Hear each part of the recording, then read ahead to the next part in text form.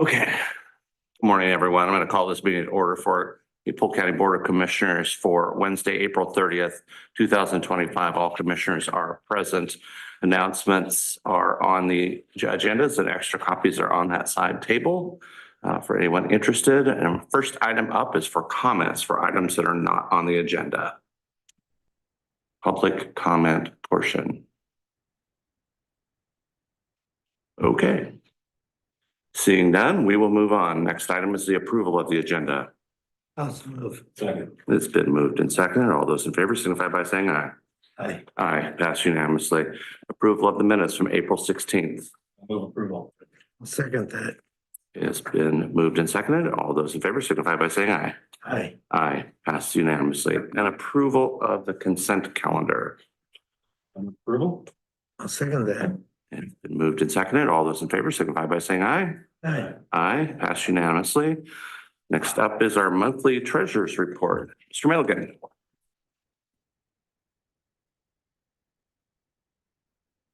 Commissioners, Morning. I noticed that you all got a copy in your packet. Yes. Did any of you have any questions?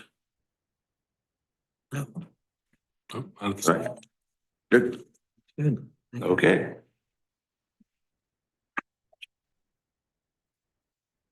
All right, next up is a presentation, but it doesn't look like the whole team's here. So we'll move you one slot. No worries. So Darren, are you ready? Yep. Mr. Whitaker, you want to join him?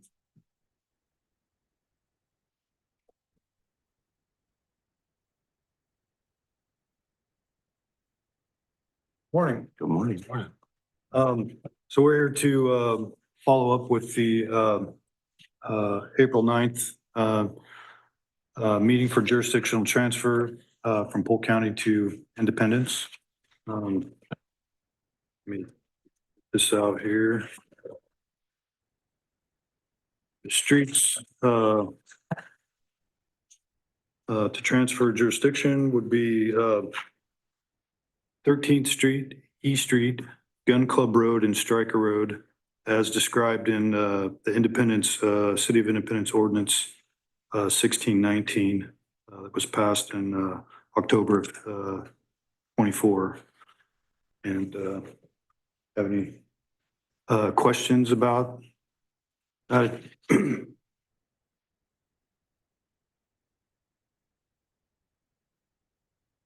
Move forward. I'm curious where we're at on Talmadge Road and comment on that one. We're still working on that. Okay. And so it's not included in this list. Okay.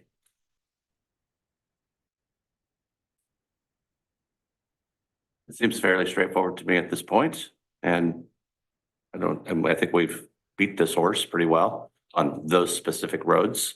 So I don't really have any questions specific to that list. Or do I? I'll move approval of order number 25-06 as presented. I'll second that. Okay, it's been moved and seconded to move this order 25-06 forward for jurisdictional transfers. Any further discussion?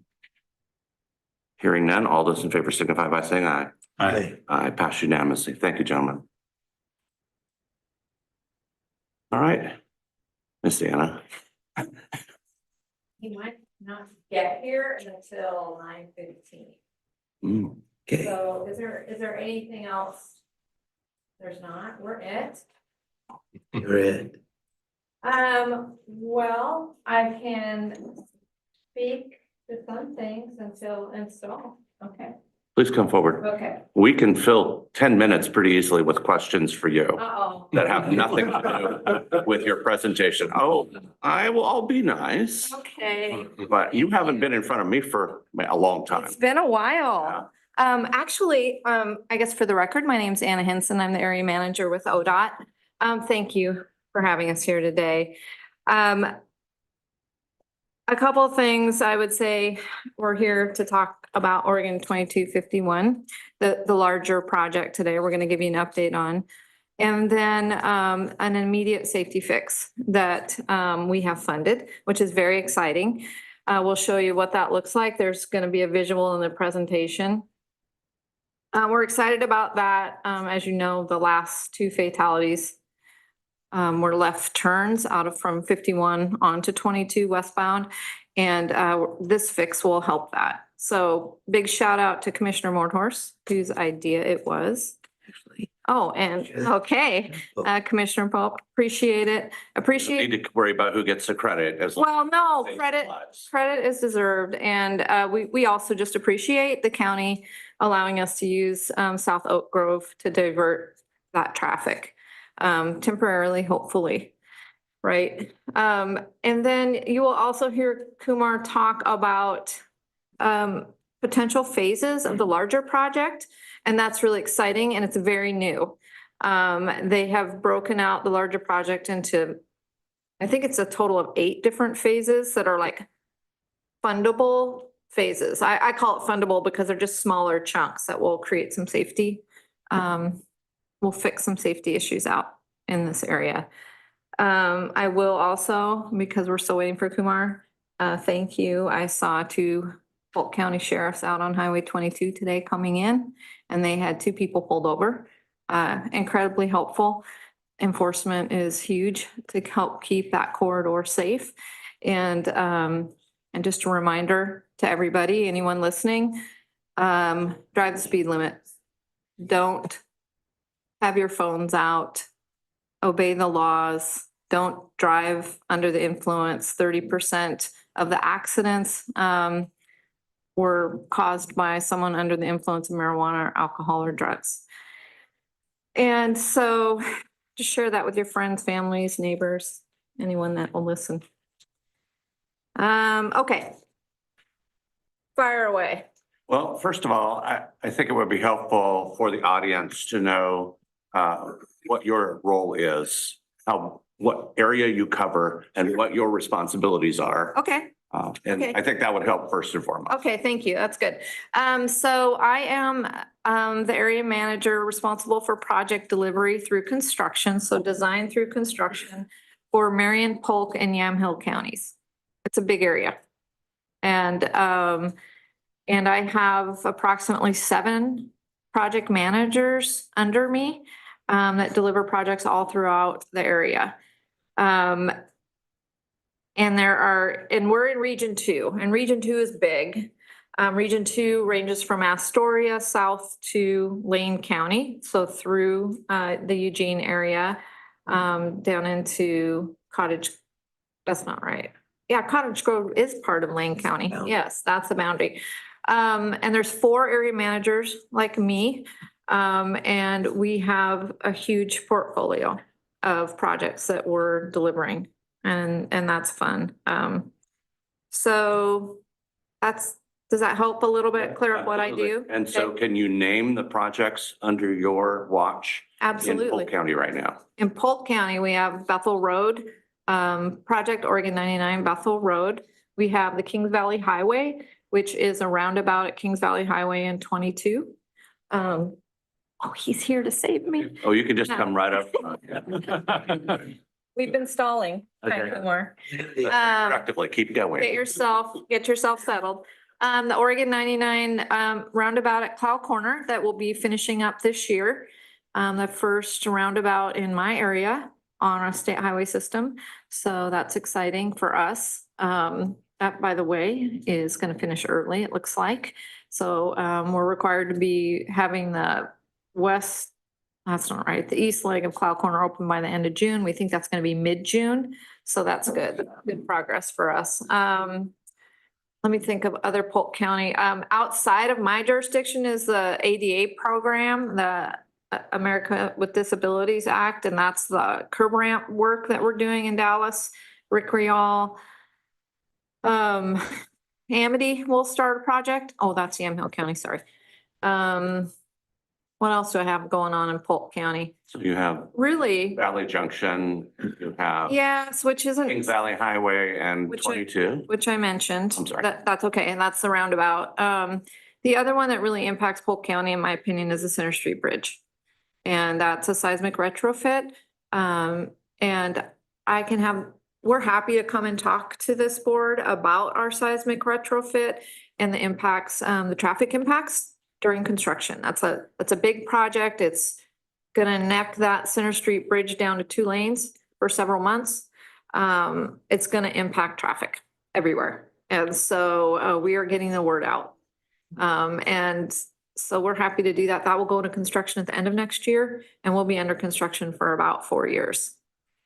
So big project. So say that one more time, when it's supposed to start? Starts in January of next year. January 29th is our bid date. Let me clarify that our bid date is January 29th. We'll be starting sometime in spring, probably, once the contractor gets mobbed and set up. 26? Yes, 26. So. And specific to that, yes, you're right. It impacts us just a little bit. But is there any real conversation and collaboration with the city of Salem about doing lane switching between those 2 bridges during peak hours? No. Well, there has been, but it isn't feasible. Setting up the traffic control to switch traffic like that takes like 4 to 6 hours. And then we're gonna be working at night, really from like 9 PM to 5 AM and setting up, doing a 4 to 6 hour traffic control switch before that and after that just doesn't make any sense. We will be setting up during a full closure, setting up the Marion Street Bridge 1 lane so that emergency vehicles can go across Marion Street Bridge so they can access the hospital and the things that they need to do. And that is some coordination we're doing with all EMS services. Will And that be restricted to EMS vehicles? yes. Okay. Yeah. And who will be the enforcement on that? ODOT inspectors and the contractor. The contractor's responsible, but ultimately it's ODOT, our resident engineer who's out of Corvallis that will be managing that I project. mean, on the bridge? Yeah. During those times when you have to have those restrictions, I mean, what law enforcement agencies have, Well, that's extra state- duty, right? For them to enforce for people that say, well, I'm gonna use that lane. Oh, yeah, they can't, yeah, state police. I mean, they can't, they won't be able to, well, that's a really good question. They can't use that, you know, but yeah. I imagine that will be a coordination effort between the city of Salem and state police, but we have jurisdiction. It's our bridge. So, that's a big project. And it is fully funded for phase 1. Again, we're happy to come to this group if you guys want a presentation on that, where you can answer where we can answer questions and just hear your concerns. Is that something you're interested in? Yeah, I suppose when you're closer to knowing what What the impacts yeah, are? what's gonna happen and Yeah. you're confident that the phases are calendared, We're very close. okay? Yeah. And funded. We're getting there. Do you have a big number yet? The final for that project? For we split it out into 2 phases. Phase 1 is somewhere in the neighborhood of 160 million. And that will either be funded through the bridge program or some sort of bonding. We're looking to add that construction funding in the fall of this year to our state, our implementation plan. And then phase 2 is somewhere around 120 to 150 million.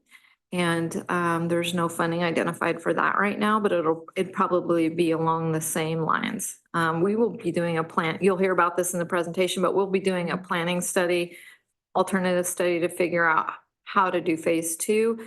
Maybe we're reconfiguring the Rosemont, Wallace Road, all of that area. It looks like one bridge, but there's several bridges in there. And so it's very complex. Okay, that's a long ways from the $60 million that was estimated. In House Absolutely. Bill 2017. Absolutely. Yeah. Well, Which was based on a planning study. And what year was that? 2017. Yeah, Well, it was an estimate anyway, so it was an estimate. all due respect to everybody involved. Well, look at that. It's 9:15. Excellent. Can I Thank ask you. one quick follow-up question? Yeah. By the way, thank you for being here. Commissioner Moorhurst speaks very highly of you. Thank you. Thank you for having us. Just quick question. This is more for the benefit of Dallas residents, but that ADA work within the city limits of Yes. Dallas, are there going to be subsequent road improvement projects associated? Not currently planned? No, the ADA program is just single function, fixing the ADA ramps. Okay. Sorry. That's not the news you want to hear, I know. You may have been asked that question in the past.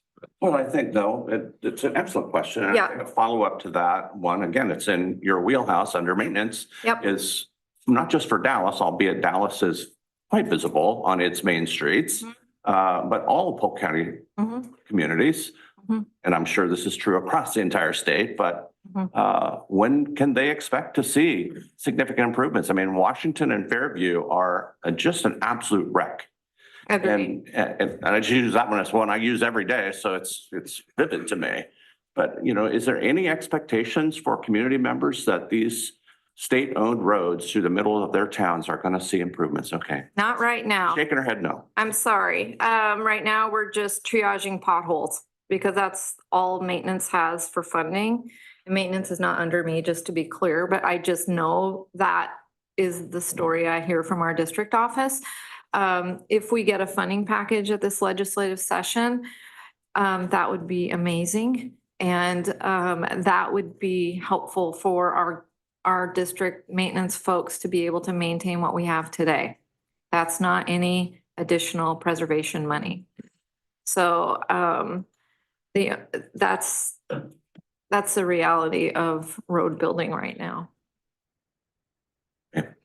I'll take you way down a rabbit hole on that one that turns political about increased taxes and so Understood. forth. But I mean, honestly, the message I would give back to you and up the chain is like, why would I pay another penny to ODOT if I can't get what we currently have that's coming apart, if I can't get it fixed? And I Understand. appreciate that we're gonna spend $300+ million on a bridge just for seismic resiliency. That doesn't fix the deck. Hopefully we keep doing that in the future. But yeah, I mean, our streets and our communities are in really bad shape and they take the blame. They take the blame because people generally don't know. These are ODOT roads. Understand. Yes. I would just encourage you to talk to your legislators. Okay. I know you already have. But I said, take it up the chain, please. Yeah, absolutely. I will. And I think it makes a good sense and what you're saying. And also to just, we've heard this about the ADA program as well. And the money spent on that, which is a settlement, right? So we're required to do it.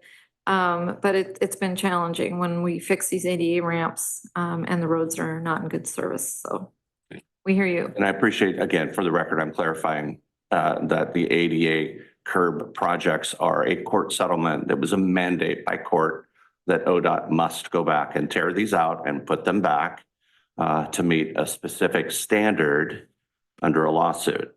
So Yes.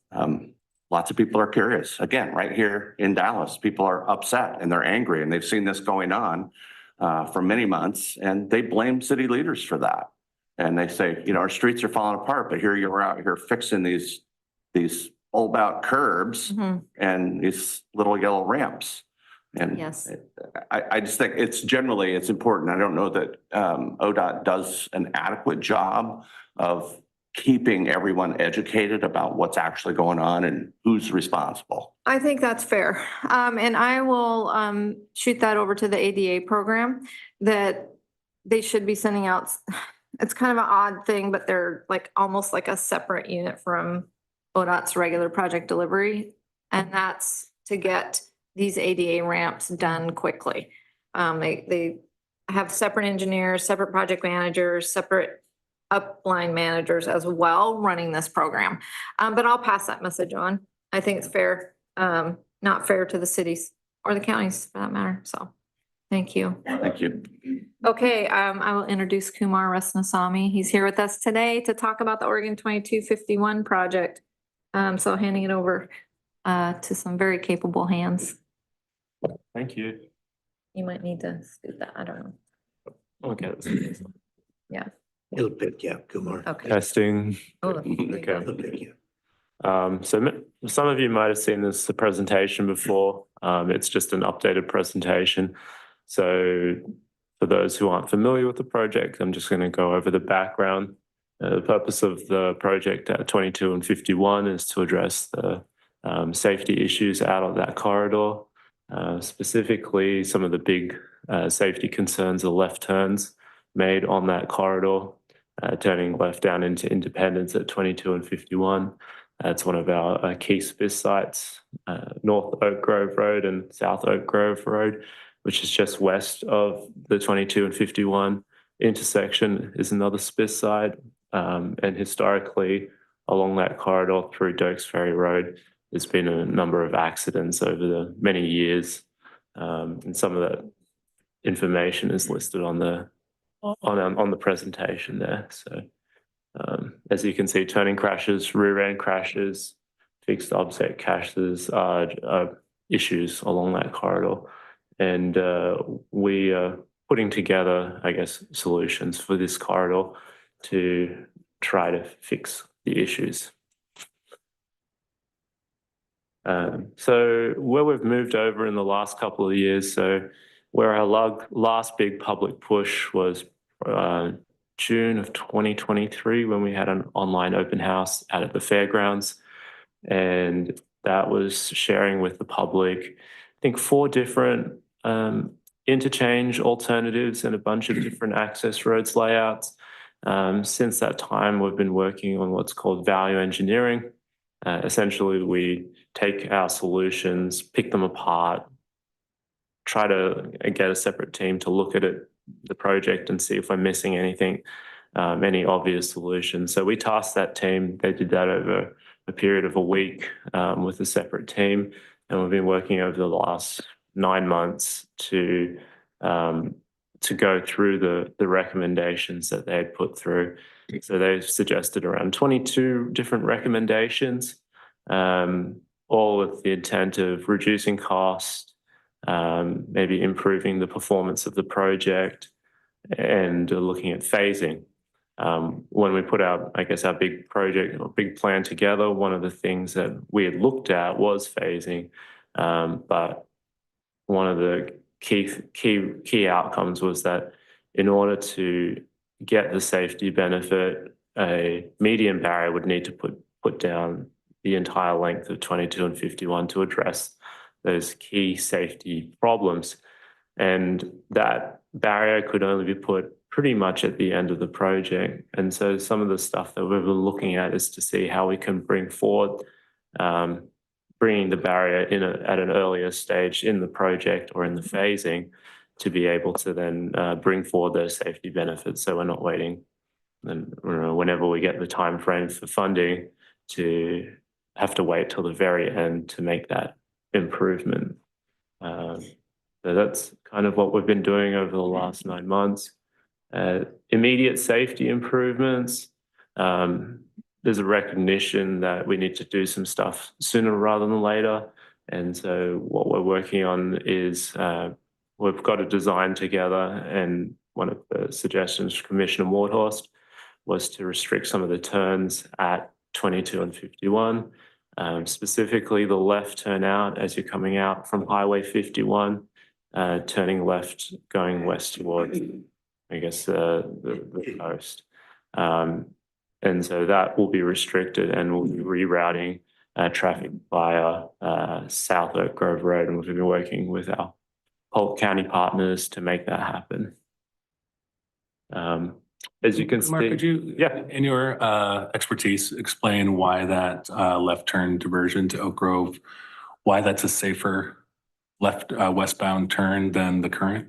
Sure. Maybe I'll address your question in a little bit. Got it. And we can go through the diagram, which will make a little bit more sense.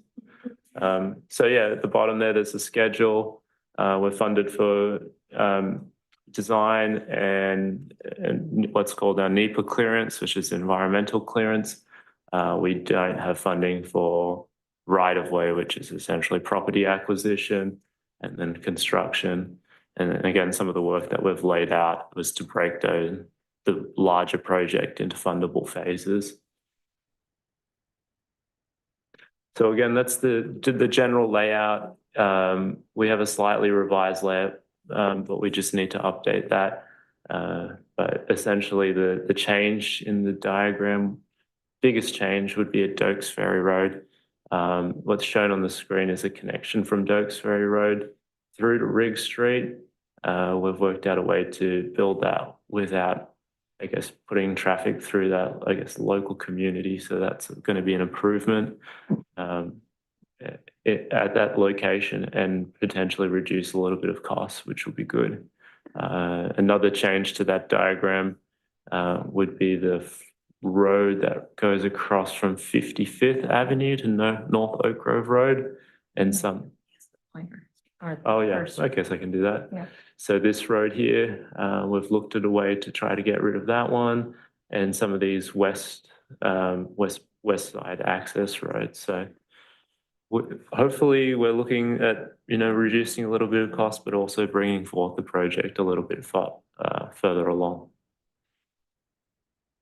That's the, I guess, general cross section. People would have seen that at our online or not in-person open house. So that really hasn't changed. That's still just the cross section along Highway 22. Yep. So that's, I guess I talked about value engineering and what we've been doing. And then the safety improvements, and to address your question, Commissioner Gordon. So let me see if I can put in my cursor here, but at least at 22 and 51, the challenge with making a left turn out is you're having, especially in the PM peak hour, you're having to compete with all the westbound traffic, which you'd still be doing at South Oak Grove Road, but you've also got the eastbound traffic turning left down to Independence. So at South Oak Grove Road, you're not competing with that left-bound, I guess, left traffic heading down to Independence. So it makes it just a little bit safer. Additionally, the sight distance at that intersection is better.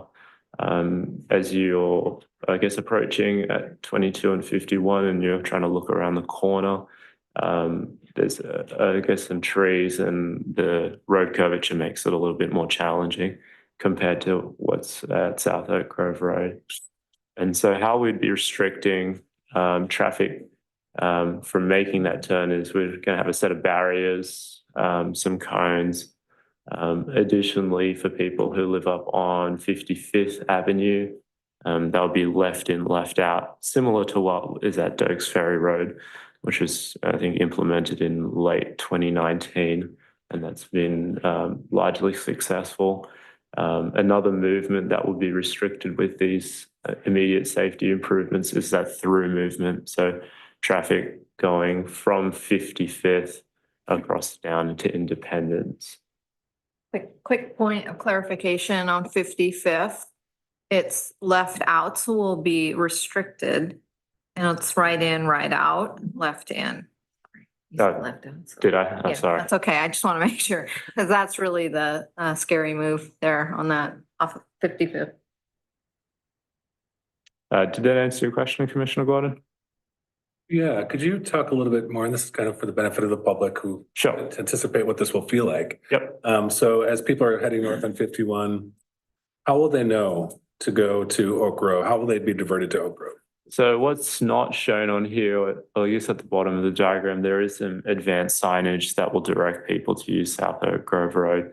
There'll be signage, and will there be sort of physical, what if they ignore the sign or don't see the sign? Will there be sort of a physical impediment to heading?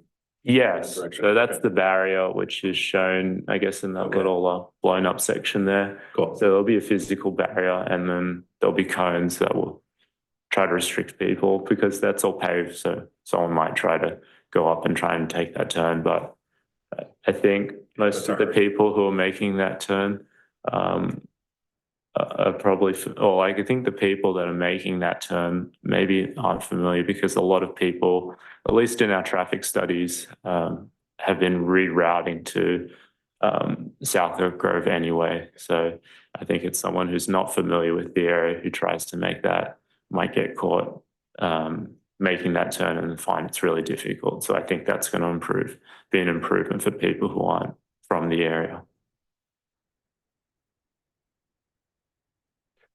So right now we're finalizing our design and reviewing the phases which we're going to clear for our environmental process, which is the NEPA phase. We're still working through the details, but there is potential that we could do it. There's different different classifications. One classification would be one where we clear the entire project under what's called an environmental assessment. It takes about approximately a year. And then another option we're looking at is maybe potentially looking at the different phases and then clearing them individually.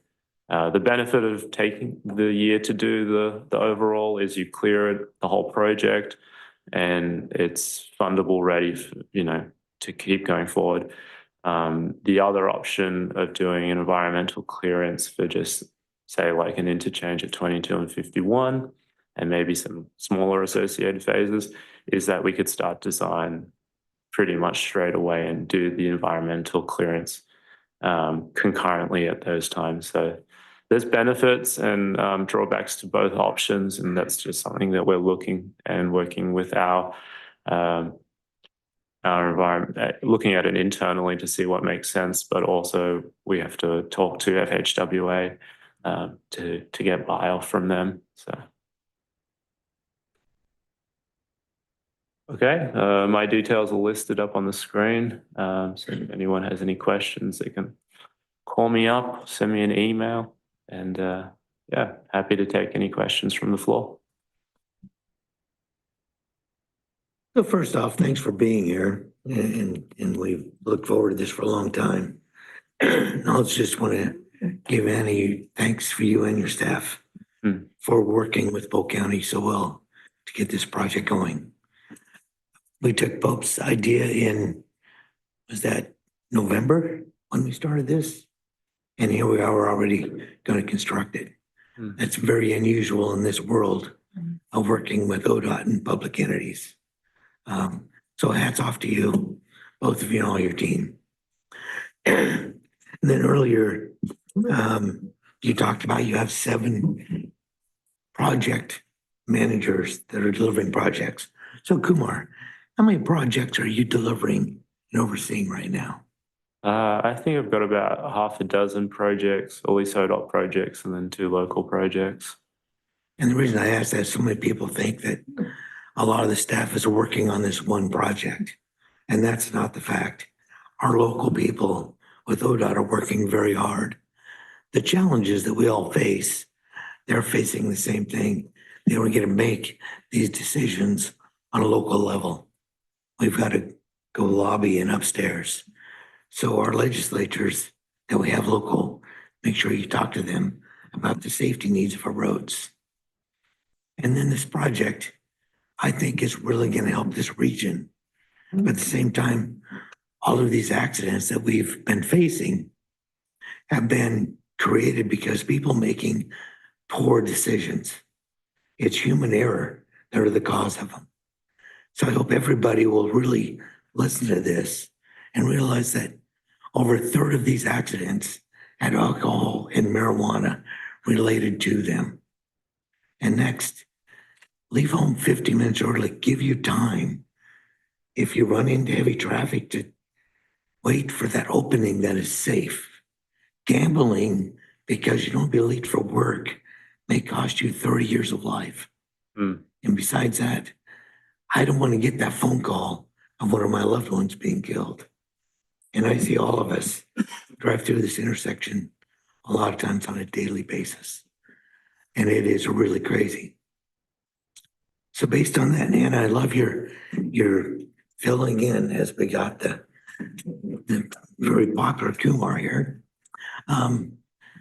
We were talking about safety and issues in some of the projects. And what I have here, there's 2 main roads that I am questioning on mostly now. And the first one would be Stapleton Road, south of Independence. Mhm. So that's currently on the SPIS report. Yes, Can you tell us where that, if that's being looked at? yes. ODOT? Thank There's a housing development coming in Mhm. to South Independence. And we're very concerned about what that's going to do, that intersection. Thank you, Commissioner. First of all, I want to thank you for your comments about our team and working with Polk County. I started in 2019. I think you were a commissioner in 2019, and really that's when the relationship started getting built, and it's been great. And I appreciate your partnership and your staff have been amazing helping us get these projects through. So Stapleton Road, we have some, what our traffic folks call quick fix state money. And we are going to be doing some work, like intersection warning ahead signs on 99. There'll be like a flashing beacon that says intersection ahead. It won't be like the through route activated warning system like we've seen at Plow Corner before we're doing our roundabout, but it'll still warn drivers on 99 that there's an intersection coming ahead. And then we will be doing some increasing the sizes of the stop signs on Stapleton as well, and probably putting flashers, red flashers on those stop signs. So that's the plan right now. I think we've got a meeting coming up with your Public Works Director. I can't remember when that is off the top of my head to talk about those things, but those will happen with our maintenance forces. And so it'll be quick. We just have to get the signs built. And then number two, I know you can guess what this one is. This would be the Perrydale Road Okay, realignment. yes. So can you kind of talk to us where we're at on that? So as part of the Kings Valley Highway project, which is our roundabout at Kings Valley and Highway 22, we have designed the realignment of the Perrydale Road section. And that is designed to 50% plans, but we do not have any construction funding identified for that work. So it's sitting right now. Environmental's done. And so we just need to find some funding. So where that sits is really honestly prime for a grant.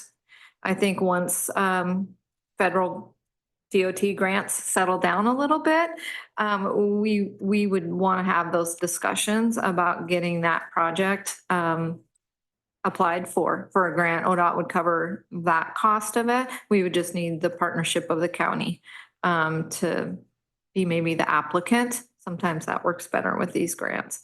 So that's kind of the story on that right now. Okay. Thank you. Thank you. So can we go back to the slide that shows the overview on 2251?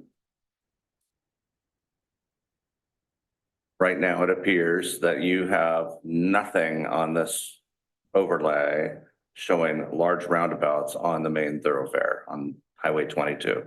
Mhm. Is that right? Correct. Okay, and that's been, again, lots of rumors out there. That's been a part of discussions, is having roundabouts 1, 2, 3, potentially on Highway 22 anywhere in that area. Those are not in the current value planning. So currently we are looking at putting with the revised layout, putting a roundabout at South Oak Grove and North Oak Grove Road. The reason we're looking at that particular option is because it can save us a lot of money and also reduce our overall project footprint at 22 and 51. One of the things that we were looking at with particular roundabouts, or we were looking at a series of roundabouts on Highway 22. Well, I guess let me step back a little bit. Previously, we looked at a roundabout at 22 and 51 as opposed to an interchange. And what we found is it would break down very quickly. But what we hadn't looked at was if we had specifically put an interchange with a roundabout, how would that operate? And that it projects out to have a 20+ year lifespan, which is what we designed for. part of our value engineering solutions was looking, all right, can we just put a couple of roundabouts along 22 and 51? One of them had a roundabout at Dirks Ferry Road, one at 22 and 51, one at South Oak Grove Road. There was a series of 3 to 4 roundabouts along that highway to see if we could get it to work. And again, the intent of that was to, how do we get safety benefits out there as quickly as possible? And with the trouble with some of the different roundabouts, or the combination of roundabouts, is some had a 20-year plus lifespan and some broke down after 15 years. And so where we found was good value for money and what worked well was to have a roundabout at South Oak Grove Road and North Oak Grove Road, which helped us eliminate some of our ramps at 22 and 51. Some of the environmentally sensitive areas like Brunk House, we were able to kind of get our design to move away from those areas. And so in our current design, we have a roundabout at South Oak Grove and North Oak Grove. Well, and I think, Kumar, can you go back to the bigger picture, the full build? A couple things on the roundabout that Kumar's talking about on South Oak Grove, and 22 is part of the phasing that we don't have graphics for here today. Like, we're still working through those. Happy to come back and talk about those phases. When we have a little better idea and we work through those, we've still got to go up to upper management with those to see if folks are supportive. But that being said, it's really how we're going to get safety improvements out here, is by phasing this. The big ticket dollar number for this is like at $280-300 million. Like, that's a chunk of change. And if we can phase these out, or we have like 50, I know that's still a lot of money, but like $50 million increments of that, those are grants. Those are numbers that we can maybe apply for grants, safety grants, that kind of thing. So it's probably the best approach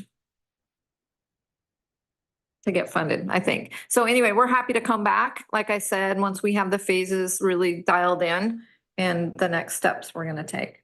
Yeah, and just to know that $280 million, that's in today's money, so that doesn't include future inflation or other cost increases. That's just what we've calculated in today's dollars. Yeah. Do you have a hopeful timeline when you get these value engineering options? Yeah, I'm hoping within the next 3 months we should have something locked down in terms of our plans and our environmental approach. So that's the real big sticking point right now. So I think our phases are pretty clear.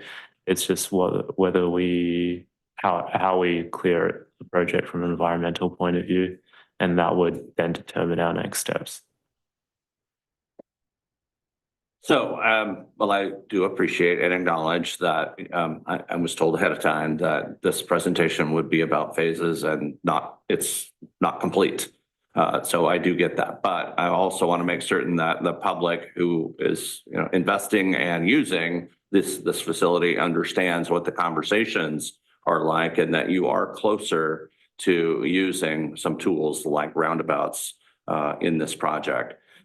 So I'm putting that on the record so that folks will not be surprised or blindsided when eventually they do see the next phase presentation showing those kinds of things. And I'm supportive within reason, money being one of the big factors.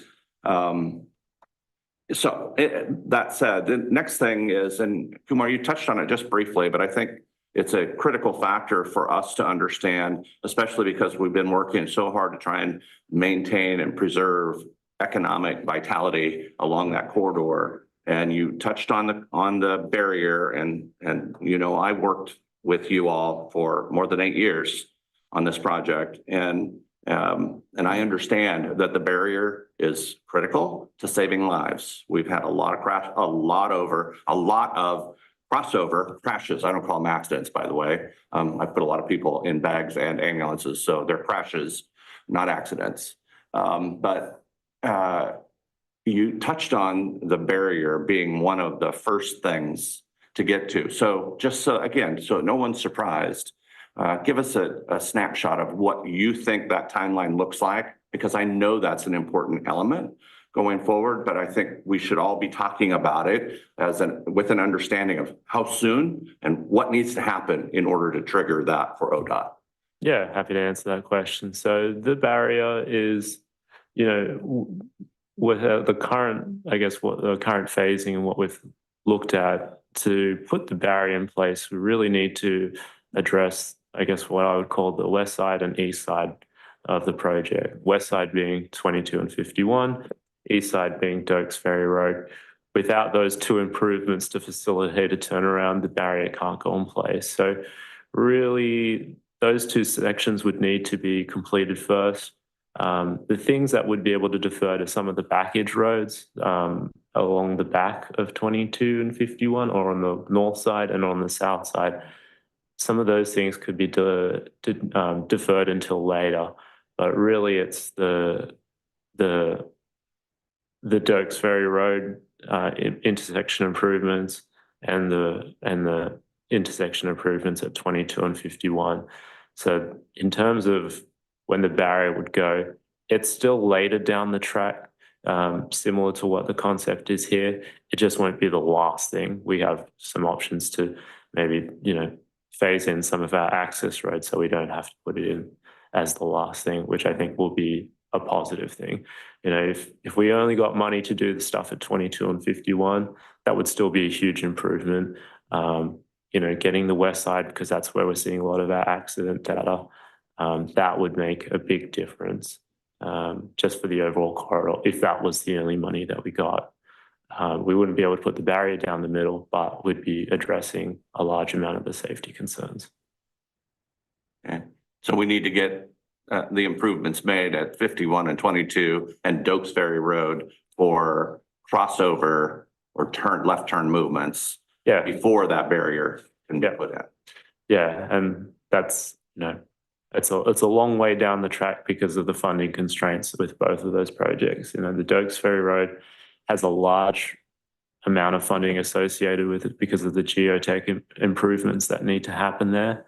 So realistically, it's probably it's still one of the later things that we would probably be pursuing. So. Has there been any updated traffic counts at 22 and 51? Not recently. I know they do traffic counts. ODOT does traffic counts, I think annually or biannually.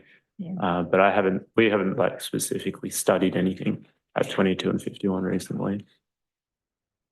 I can check on that when the next one is planned.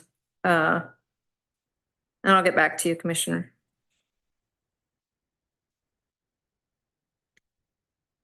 Well, we could be here all day asking questions back and forth, so thank you. I can't think of anything else that's relevant to this presentation, so.